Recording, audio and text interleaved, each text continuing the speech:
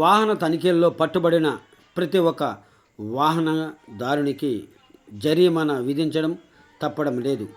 ప్రతి ఒక్క వాహనదారుడు నిబంధనలకు విరుద్ధంగా చట్టాన్ని వ్యతిరేకిస్తూ వాహనాలను నడుపుతూ ప్రమాదాలకు లోనవుతున్నారు, ప్రాణాలు కోల్పోతున్నారు. అలాగే పూటుగా మద్యం తాగి డ్రంక్ అండ్ డ్రైవ్ కేసులో పట్టుబడి నేరుగా కోర్టు ద్వారా 10,000 రూపాయల పైగా జరిమానా వేసుకుంటూ చెల్లించిన వారు జైలుకు వెళ్తున్నారు.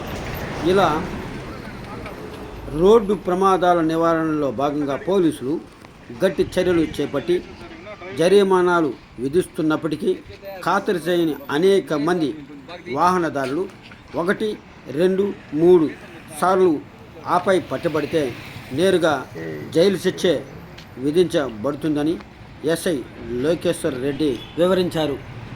దీంతో వాహనదారులు ఇప్పటికైనా మార్పు పొంది రోడ్డుపైకి రావాలని, హెల్మెట్ తప్పనిసరిగా ధరించాలని సూచించారు. రికార్డులు బండికి తగినన్ని నిబంధనల మేరకు ఉండాలని కోరారు. ఆపై నిబంధనలు మీరితే మరి కఠిన చర్యలు తప్పవంటూ హెచ్చరించారు.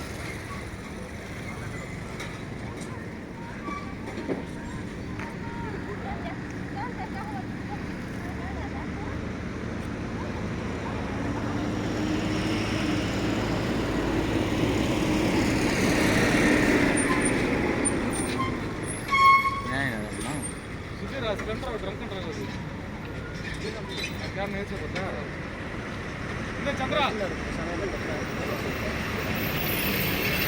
అదే నాకైతే ఆయన వాట్సాప్